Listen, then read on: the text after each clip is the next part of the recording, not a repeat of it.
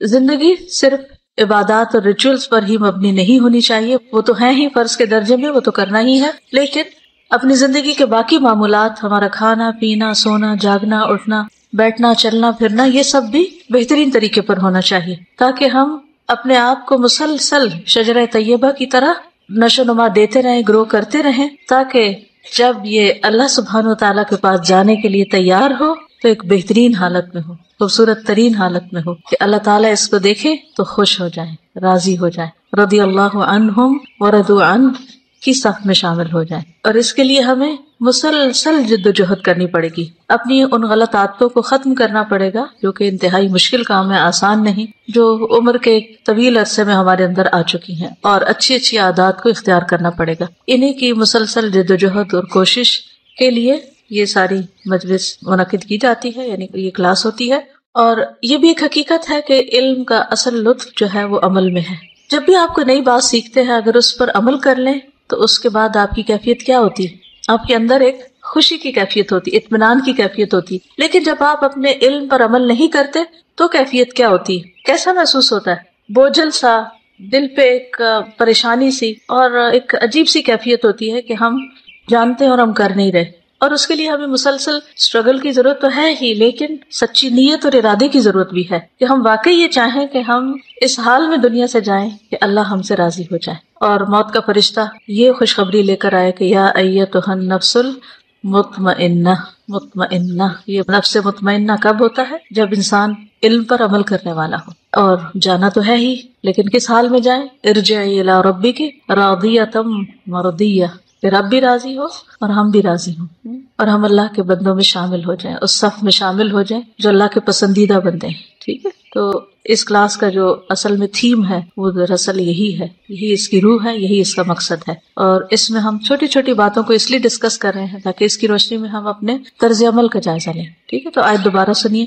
کل ہم نے نبی صلی اللہ علیہ وسلم کی خوراک کے بارے میں پڑھا، اور مختلف چیزیں جن کا ذکر قرآن مجید میں ہوا ان کے کچھ فوائد پڑھے، اور اس کے ساتھ اگر آپ اپنا زیتون کا آئل تھوڑا رکھ لیں، یا سرکہ رکھ لیں، یا سرکے میں تھوڑی ویجیٹیبلز ڈال کے رکھ لیں، یا کوئی بھی چیز، تو اس سے آپ دیکھیں گے کہ وہ کہیں زیادہ ہیلدی ہو جائے گا بنسبت صرف بریڈ کے اوپر جیم لگا کے کھانے سے۔ اس کا بھی ٹیسٹ ڈیولپ کرنا پڑے گا۔ جب آپ کا یہ ٹیسٹ ڈیولپ ہو جائے گا ہیلدی نیوٹریشس چیزیں کھانے کا، تو دوسری چیزیں کھانے کا دل بھی نہیں چاہے گا، طلب بھی نہیں رہے گی۔ یہ صرف یہ کہ ہماری عادتیں بگڑ چکی ہیں، دماغ اتنا بند ہو گیا ہے کہ ہم کوئی اور چیز سوچ بھی نہیں پاتے۔ کل ہم نے کھانے کی چیزوں کے بارے میں پڑھا، آج پینے کے بارے میں، اور پہلے بھی تھوڑا سا ذکر ہوا تھا نبیز کے بارے میں کہ نبی صلی اللہ علیہ وسلم صبح شام نبیز پیا کرتے تھے۔ صحیح مسلم کی روایت ہے، ثمامہ بن حزن قشیری فرماتے ہیں کہ میں نے عائشہ رضی اللہ تعالی عنہا سے ملاقات کی اور ان سے نبیز کے بارے میں پوچھا، تو عائشہ رضی اللہ تعالی عنہا نے حبشہ کی ایک باندی کو بلوایا اور فرمایا اس باندی سے پوچھو، کیونکہ یہ رسول اللہ صلی اللہ علیہ وسلم کے لیے نبیز بنایا کرتی تھی۔ وہ خود بھی بناتی تھی لیکن وہ باندی بھی بناتی تھی۔ تو حبشی باندی یعنی کہ جو غلام لڑکی تھی وہ کہنے لگی کہ میں آپ صلی اللہ علیہ وسلم کے لیے رات کو مشکیزے میں نبیز بھگوتی اور اس کا منہ باندھ کر اسے لٹکا دیا کرتی تھی، تو جب صبح ہوتی تو آپ اس میں سے پی لیتے تھے، اس سے ٹھنڈا بھی ہو جاتا نا۔ اب تو فریج وغیرہ میں چیزیں رکھ دیتے ہیں کسی بھی ڈرنک کو ٹھنڈا کرنے کے لیے، لیکن اس زمانے میں اور اب تک بھی بعض اوقات دیہاتوں میں کیا کرتے ہیں کہ جس چیز کو ٹھنڈا کرنا مقصود ہو تو اس کو یہ درخت کے ساتھ لٹکا دیں گے یا کسی ایسی چیز کے ساتھ کہ ہوا کا گزر رہے اور وہ چیز ٹھنڈی ہو جائے۔ پہلے وہ ایک گھڑونچی ہوتی تھی جس کے اوپر گھڑے رکھ کر رات کو باہر سین میں رکھ دیے جاتے تھے جس سے پانی ٹھنڈا ہو جاتا تھا۔ اور نبیز آپ کو معلوم ہے نا، پانی میں کھجور بھگو دینا اور اس پانی کو پینا ہے۔ اس میں کھجور بھی یا تو آپ شیک کر لیں یا ویسے ہی اس کو گھول لیں۔ ابن عباس رضی اللہ عنہ فرماتے ہیں کہ رسول اللہ صلی اللہ علیہ وسلم کے لیے رات کے شروع میں نبیز پانی میں بھگو دی جاتی، چنانچہ آپ اس نبیز کو اس دن صبح اور رات کو پی لیتے، یعنی اس کا کچھ حصہ صبح پی لیتے اور کچھ وہ ڈرنک رات کو پی لیتے، پھر اگلے دن اور پھر تیسری رات کو، پھر دن میں عصر تک، اور اگر پھر بھی کچھ بچ جاتی تو اپنے خادم کو پلا دیتے یا آپ اسے بہا دینے کا حکم دیتے، یعنی اس کو رکھے نہیں رکھتے تھے کیونکہ اس کے اندر نشہ پیدا ہو جاتا ہے۔ پھر رسول اللہ صلی اللہ علیہ وسلم نے فرمایا تم میں سے جو آدمی نبیز پیے تو اسے چاہیے کہ وہ اکیلی کشمش کی یا اکیلی کھجور یا اکیلی کچی کھجور یعنی ڈوکے جس کو کہتے ہیں اس کی نبیز پیے، ان کو ملا کر نہیں پیے۔ ٹھیک ہے، کھجور اور کشمش کو ملائے نہیں۔ اچھا، ہماری فوڈ میں ایک اور عام خرابی کیا ہے کہ ہم ایک ریسیپی کے اندر اتنا کچھ ڈال دیتے ہیں کہ وہ معدے بیچارے کو تو یا ہمارا جو ڈائجسٹو سسٹم ہے سارٹ آؤٹ کرنے میں پاگل ہو جاتا ہوگا کہ یہ کیا کیا بلائیں اندر آ گئی ہیں، اب ان کو کہاں کہاں رکھا جائے۔ تو عام طور پر آپ دیکھیں کہ جب ہم کھانا بنانے لگتے ہیں تو وہ مثالوں کی بھرمار کر دیتے ہیں۔ اسی طرح اگر کوئی میٹھا بنانے لگتے ہیں تو ہر قسم کے نٹس کٹھے ہی اس میں ڈال دیتے ہیں۔ اسی طرح اگر کوئی ڈرنک بنانے لگے تو اس میں بھی 4-5 چیزیں جب تک اکٹھی نہ ہو تو ہمیں لگتا ہے مزہ نہیں آیا، اور وہ مزہ کسی ایک چیز کا بھی اس میں نہیں آتا کہ کیا کھا رہے ہو کیا نہیں. تو اس میں سنگل فوڈ کا جو کانسیپٹ ہے یہ نبی صلی اللہ علیہ وسلم کے ہاں بہت عام ہے. اگر آپ دیکھیں تو سنگل فوڈ یعنی اس میں 2-3-4 چیزیں اکٹھی نہیں کی جاتی. اگر آپ کو کوئی بھی ڈائجسٹو پرابلم ہے تو آپ اپنی فوڈ کو تھوڑا سا اسی پیٹرن پر لے آئیں تو آپ دیکھیں گے کہ معدے کے بوجھ جو جلن اور اس کے بہت سے مسائل حل ہو جائیں گے، جن کو عام طور پر ہم ڈائجسٹو ٹیبلٹس لے کے حل کرتے رہتے ہیں، جو کہ اور زیادہ مرض کو ایک طرح سے انکریز کرتے رہتے ہیں، بڑھاتے رہتے ہیں. تو آپ یہ کر سکتے ہیں کہ ایک دن آپ کشمش کی پی لیں، دوسرے دن کھجور کی پی لیں، تیسرے دن کچی کھجور کی یا کسی بھی اور چیز کی، جیسے انجیر کو بھی کئی لوگ ڈبو کے رات کو رکھ دیتے ہیں اور اس کا بھی ایک ڈرنک سا بنا کے پی لیتے ہیں، تو وہ بھی آپ کر سکتے ہیں. لیکن انجیر کھجور ہر چیز کو خلط ملط نہ کریں.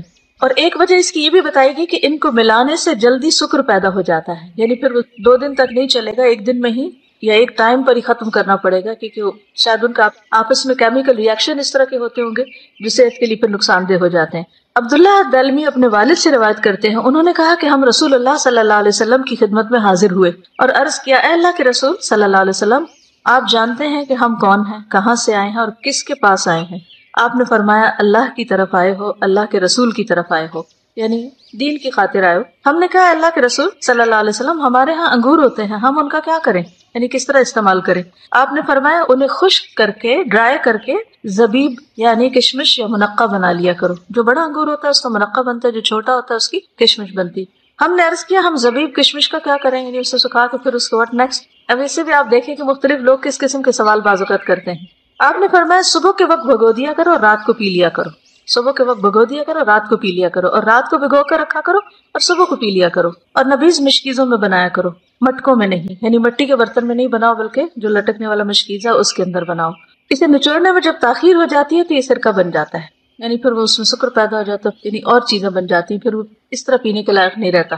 ہمارے ہاں میرا نہیں خیال کہ ایسے کسی ڈرنک کا کوئی رواج ہو، نہیں ہے نا. تو اب ہوتا ہے یا تو ہم پانی پیتے ہیں یا پھر ڈرنک کے نام پر کچھ پیتے ہیں. تو کیا پیتے ہیں؟ سوڈا پیتے ہیں، کوک پیئیں یا پیپسی یا کچھ بھی. اصل بات یہ ہے کہ ہمیں نہ تو گھریلو کو نسخے آتے ہیں، نہ ہم اس کی تکلیف کرتے ہیں. اور اب تو اتنا آرٹیفیشل دور آ گیا کہ ہر چیز پروسیسڈ اور ریڈی میڈ آٹومیٹک، نہ دماغ استعمال کرنا پڑے، نہ عقل استعمال، نہ ہی کوئی کوشش، نہ ہاتھ نہ پاؤں، بس اندھا دھند کوئی بھی چیز. اور اس کو بعض اوقات آپ دیکھیں کہ جو کینز میں آتی ہیں چیزیں، اس کو کھول کے گلاس میں بھی ڈالنے کی تکلیف نہیں کرتے، اسی میں سے پی جاتے ہیں. حالانکہ کسی ایسی چیز سے پینا کہ جو نظر نہ آئے وہ بھی منع ہے، کیونکہ آپ کو نہیں پتا آپ کیا پی رہے ہیں. مگر آپ دیکھیں چھوٹے ہوں بڑے ہوں بچے ہوں بوڑھے ہوں، سب کینز کے اندر جوس اور کوک وغیرہ پی لیتے ہیں اور کچھ پتہ نہیں ہوتا کہ کیا پی گئے. تو اس کا ہمیں آلٹرنیٹ سوچنا چاہیے. جو ہمارے دیسی گھریلو ڈرنکس ہیں وہ بھی بہت اچھے ہیں. مثلا ایک وقت تھا کہ لوگ کانجی بناتے تھے، کبھی بنائی آپ لوگوں نے؟ بیسٹ ڈرنک ہے، بہت ہی اچھا. جب ہم یونیورسٹی میں تھے تو لاہور میں ہم نے پہلی دفعہ شاید دیکھی تھی، اور اس سے پہلے بھی کچھ پتا تھا، مگر وہ ہمارے یونیورسٹی کالج کے سامنے اویلیبل ہوتی. تو پھر وہ تو کبھی کبھی پینے کا موقع ملتا ہے. یہ بازار کے جو گلاس وغیرہ ان کو بھی ذرا وہم آتا ہے کہ پتہ نہیں کیا کیا اس میں ہوگا صفائی کے اعتبار سے. ہم نے خود بنانی شروع کری، کچھ بھی ایفرٹ نہیں لگتی، صرف مٹکے میں کھجور اور پانی اور نمک مرچ اور رائی ڈالتے ہیں. اور رائی کے بھی بہت فائدے، مسٹرڈ جو، اور بہترین ڈرنک بن جاتا ہے. اسی طرح سکنجبین جو ہمارے یہاں بنتی ہے وہ بھی بہت ہی بہترین ڈرنک ہے. کچی لسی کے بارے میں بھی حدیث میں نے آپ کو بتائی تھی کہ حضرت انس رضی اللہ تعالیٰ عنہ کہتے ہیں کہ رسول اللہ صلی اللہ علیہ وسلم ہمارے گھر میں تشریف لائے اور پانی طلب کیا. ہمارے پاس ایک بکری تھی، ہم نے اسے دوہا، پھر میں نے کنویں کا پانی ملا کر آپ کی خدمت میں لسی بنا کر پیش کیا. لیکن کچھ چیزیں گرمی کے اعتبار سے بہتر ہوتی، سردیوں میں کچی لسی نہ پیجیے گا کہ آج جا کے یہ ٹرائی کرنا شروع کر دیں، لیکن نبیذ پی سکتے ہیں. اچھا، ایسے ڈرنک کا فائدہ کیا ہوتا ہے؟ آپ کو انرجی بھی ملتی ہے اور پیاس بھی بچتی ہے اور بھوک بھی کم لگتی ہے. پھر کھانا اور پینا دونوں کٹھے ساتھ ہی ہو جاتے ہیں. ٹرائی کر کے دیکھیں اس کو. قوت برداشت نہیں ہے نا ہم میں، گرمی کی سردی کی ہر چیز ہم پر اٹیک کر دیتی ہے کیونکہ ہماری امیونٹی جو ہے وہ لو ہے. تو اس کی وجہ بھی یہی ہے کہ فوڈ ٹھیک نہیں ہے.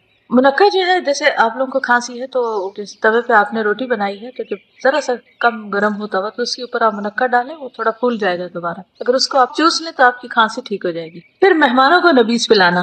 بکر بن عبداللہ سے روایت ہے کہ ایک شخص نے سیدنا ابن عباس رضی اللہ عنہما سے کہا، میں دیکھتا ہوں کہ تمہارے چچا زاد تو دودھ اور شہد پلایا کرتے تھے اور تم لوگ نبیذ پلاتے ہو، کیا تمہیں غربت لاحق ہے؟ تم غریب لوگ ہو کہ تم نبیذ پلاتے ہو، دودھ شہد نہیں پلاتے، یا کنجوس ہو گئے ہو؟ تو ابن عباس نے جواب دیا، اللہ کا شکر ہے، نہ ہم محتاج ہیں نہ بخیل، یعنی نہ غریب ہے نہ کنجوس. دراصل جب نبی صلی اللہ علیہ وسلم اپنی سواری پر تشریف لائے تھے اور ان کے پیچھے اسامہ بیٹھے ہوئے تھے تو آپ نے پینے کو کچھ طلب کیا، تو ہم نے انہیں ایک برتن میں نبیذ پیش کی تھی. آپ نے اس میں سے پی اور جو باقی بچی وہ اسامہ نے پی لی۔ پھر آپ صلی اللہ علیہ وسلم نے فرمایا تم نے بہت خوب کیا، بہت اچھا کیا، سو ایسے ہی کیا کرو۔ چنانچہ رسول اللہ صلی اللہ علیہ وسلم نے جو فرما دیا ہے اس کو ہم بدلنا نہیں چاہتے۔ یہ لوگ تھے نا جو نبی صلی اللہ علیہ وسلم سے محبت کرتے تھے۔ ہم جب پڑھتے ہیں تھوڑا رو دھو بھی لیتے ہیں کہ آپ سے محبت ہے، آپ کا ذکر آئے دروشی بھی پڑھ لیتے ہیں، بعض اوقات انگوٹھے وغیرہ بھی چوم لیتے ہیں، آنکھوں کو بھی ہاتھ لگا لیتے ہیں، اپنے ہی ہاتھ اپنے اوپر۔ اور پھر اس کے بعد یہ ہے کہ جب عمل کی باری آتی ہے تو ہم پیپسی پینا شروع کر دیتے ہیں، رو دھو کے بعد میں پیپسی پیئیں گے۔ اس کی کیا وجہ؟ ایک تو یہ پتہ ہی نہیں ہے نبیز کے بارے میں کتنے لوگوں نے ان کلاسز میں جانا ہے، میجورٹی نے یہی جانا ہے نا، ہم نے پڑھا تو ہمیں پتہ چلا ہے۔ پہلی بات ہے علم نہیں ہے، دوسری بات ہے کہ علم ہے تو بنانے کی تکلیف نہیں کرتے، سستی، لاپرواہی، نیگلیجنس، لیک آف موٹیویشن کیوں کرے؟ یہ ہمارا تو رواج نہیں تو عربوں کا تھا۔ لیکن اصل بات یہ دیکھنی کہ صحابہ کرام ان چیزوں کو بھی سنت سمجھ کے کیا کرتے تھے اور اس کی اتنی پابندی کرتے تھے کہ کوئی اگر انہیں کوئی باتیں بھی بنا دے، غریب ہو گئے ہو، کنجوس ہو گئے ہو، تو بھی وہ اس کی پرواہ نہیں کرتے تھے، ایک چیز کو خوشی کے ساتھ، سنت کے ساتھ، پوری کنوکشن کے ساتھ کر رہے ہوتے تھے۔ اس لیے ایسا نہیں کہ دودھ ہنی میں کوئی مشکل ہے یا وہ نہیں پلانی چاہیے، وہ بھی بہت بہترین غذائیں ہیں، دونوں ہی بہترین غذائیں، لیکن یہ کہ گرمی کے موسم میں کسی کو دودھ شہد تو نہیں پلائیں گے آپ، ٹھنڈا ڈرنک نبیز پلائیں گے، اور اگر سردی ہے تو اس کا کچھ اور نعم البدل کر لیں گے۔ پھر کھانے کے بعد نبیز پینا، کلو وشربو، کھانا اور پینا، تو بہت سے لوگ اس سے منع کرتے کہ کھانے کے بعد کچھ نہ پیئیں۔ سہل بن سعد فرماتے ہیں کہ ابو اسید ساعدی نے اپنی شادی میں رسول اللہ صلی اللہ علیہ وسلم کو بلایا، یعنی شادی کی دعوت میں بلایا۔ ابو اسید کی بیوی ہی اس دن خدمت کر رہی تھی اور دلہن بھی تھی، اور یہاں تو دلہن کو بیکار کر کے بٹھا دیتے ہیں، ہلنا نہیں یہاں سے، اور بعد میں خوب خبر لیتے ہیں۔ سہل کہنے لگے کہ تم جانتے ہو کہ اس نے رسول اللہ صلی اللہ علیہ وسلم کو کیا پلایا تھا؟ رات کو اس نے ایک بڑے پیالے میں کچھ کھجوریں بھگو دی تھی، جب آپ صلی اللہ علیہ وسلم کھانے سے فارغ ہوئے تو اس نے وہی بھگوئی ہوئی کھجوریں آپ کو پلا دی، یعنی انہی کرنے پلا دیا آپ کو۔ ٹھیک، تو اس سے کیا پتہ چلتا ہے کہ کھانے کے بعد جیسے میٹھا ہے تو خواہ اسے لکوڈ کی شکل میں لیں یا آپ اس کو سالڈ، دونوں صورتوں میں خالی کھجور بھی کھا سکتے ہیں اور اس کا نبیز بھی پی سکتے ہیں۔ پھر ہے ستو، یہ بھی گرمیوں میں عام طور پہ پیے جاتے ہیں۔ نبی صلی اللہ علیہ وسلم روزہ افطار کرنے کے لیے اکثر جو کے ستو کا مشروب نوش فرماتے، سفر اور جنگ کے دوران بھی تھکن، مشقت اور کمزوری دور کرنے کے لیے ستو کا استعمال کثرت سے ہوتا تھا۔ عبداللہ بن ابی اوفا کہتے ہیں کہ ہم رسول اللہ صلی اللہ علیہ وسلم کے ساتھ سفر میں تھے اور آپ روزے سے تھے۔ جب سورج غروب ہو گیا تو آپ نے ایک صحابی سے فرمایا، اے فلاں اٹھو اور ہمارے لیے ستو گھولو، یعنی اسی وقت فریش بنائے جاتے ہیں، صبح سے بنا کے نبیز کی طرح نہیں رکھے جاتے۔ سوید بن نعمان رضی اللہ عنہ سے مروی ہے کہ فتح خیبر والے سال وہ رسول اللہ صلی اللہ علیہ وسلم کے ساتھ صحبا کی طرف پہنچے جو خیبر کے قریب ایک جگہ ہے۔ آپ صلی اللہ علیہ وسلم نے عصر کی نماز پڑھی، پھر کھانے کا سامان منگوایا تو سوائے ستو کے اور کچھ نہیں لایا گیا۔ پھر آپ نے حکم دیا تو وہ بھگو دیے گئے۔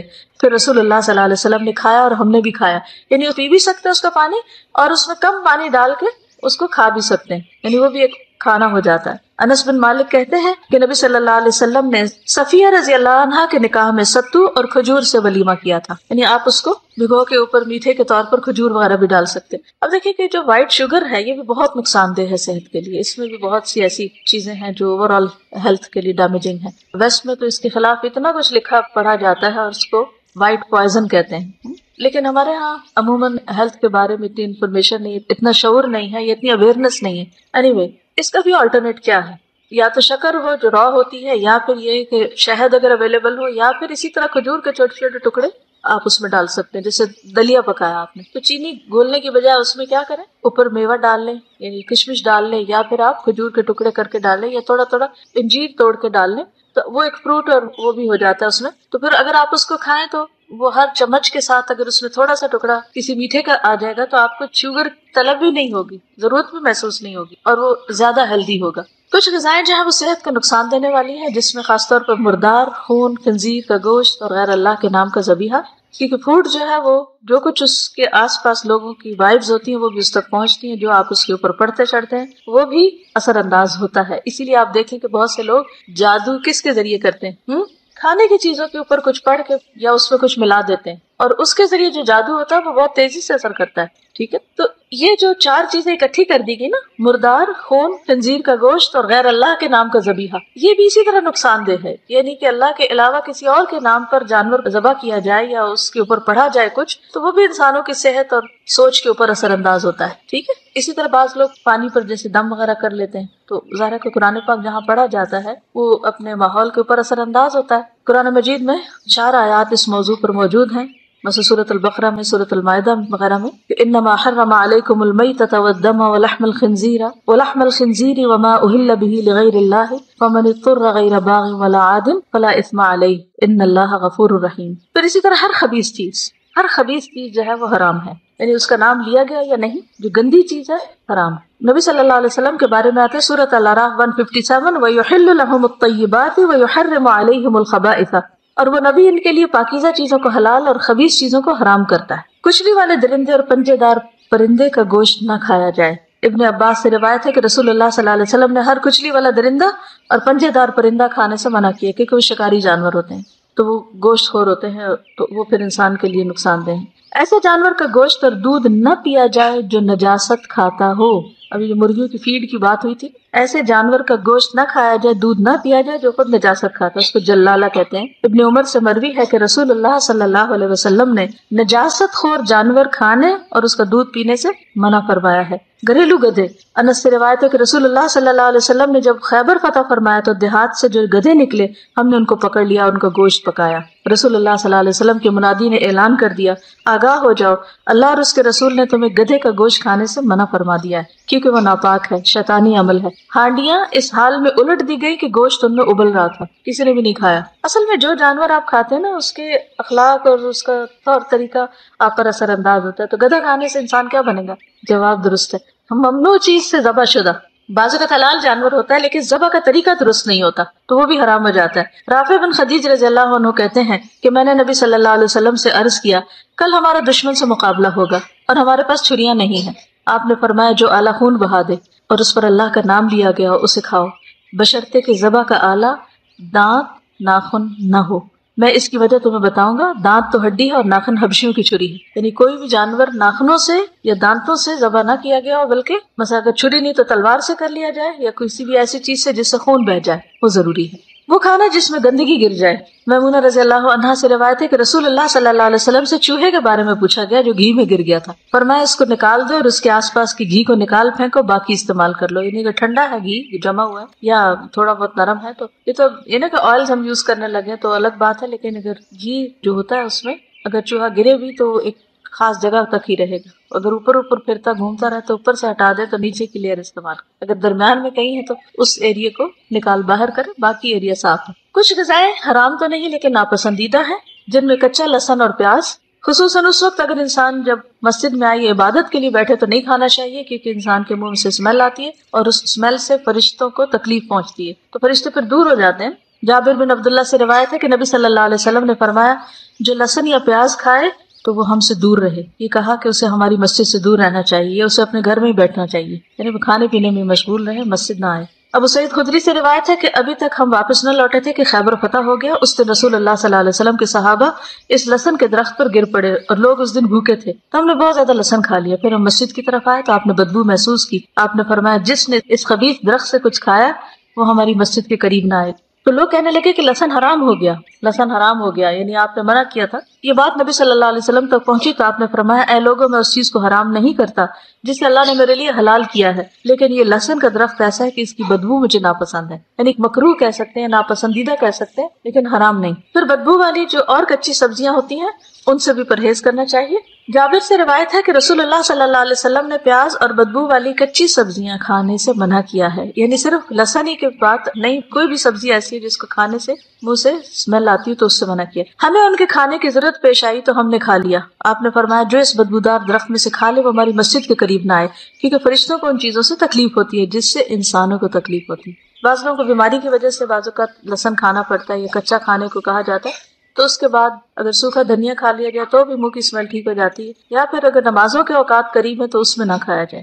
جابر بن عبداللہ سے روایت ہے کہ نبی صلی اللہ علیہ وسلم کی خدمت میں ایک ہانڈی لائی گئی جس میں ہر قسم کی ہری ترکاریاں تھیں، یعنی سبز۔ آپ نے اس میں وہ محسوس کی اور اس کے بارے میں دریافت کیا، اس سالن میں جتنی ترکاریاں ڈالی گئی تھی وہ آپ کو بتا دی گئی۔ وہاں ایک صحابی موجود تھے، آپ نے فرمایا اس کی طرف یہ سالن بڑھا دو۔ جب آپ نے دیکھا کہ وہ بھی اس کو کھانا پسند نہیں کر رہے تو آپ نے فرمایا کھا لو، کیونکہ میں نے اس سے سرگوشی کرنی ہوتی جس سے تم نے سرگوشی نہیں کرنی ہوتی۔ تو اس سے پتہ یہ چلتا ہے کہ آپ صلی اللہ علیہ وسلم نے اپنے لیے خاص طور پر اس کو اس لیے ناپسند کیا کیونکہ آپ نے فرمایا کہ میں نے اس سے سرگوشی کرنی ہوتی ہے جس سے تمہیں نہیں کرنی ہوتی، یعنی فرشتوں سے۔ تو اس سے یہ پتہ چلتا ہے کہ خصوصی طور پر اگر عبادت کا وقت ہو تو اس وقت بچنا چاہیے، لیکن حرام نہیں۔ تو آپ نے کھانے سے منع نہیں کیا، آپ نے کہا کہ تم کھا لو۔ جو دوسرا شخص نہیں کھا رہا تھا شاید اس وجہ سے نہ کھا رہا ہو کہ نبی صلی اللہ علیہ وسلم نے نہیں کھایا، ٹھیک ہے نا۔ پھر گو بڑی چپکلی ہوتی ہے۔ ابو سعید سے روایت ہے کہ ایک دیہاتی آدمی رسول اللہ صلی اللہ علیہ وسلم کی خدمت میں آیا اور اس نے عرض کیا کہ میں ایک ایسے نشیبی علاقے میں رہتا ہوں جہاں بہت گو ہوتی ہے، عام طور پر میرے گھر والوں کا کھانا یہی ہے۔ تو آپ نے اسے کوئی جواب نہیں دیا۔ ہم نے اس دیہاتی سے کہا دوبارہ بیان کرو، اس نے دوبارہ عرض کیا تو آپ نے اسے کوئی جواب نہ دیا۔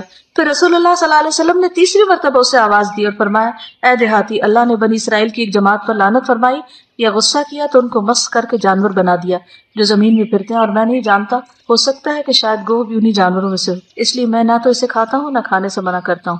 منع کیوں نہیں کیا؟ کیونکہ اللہ سبحانہ وتعالیٰ نے منع نہیں کیا۔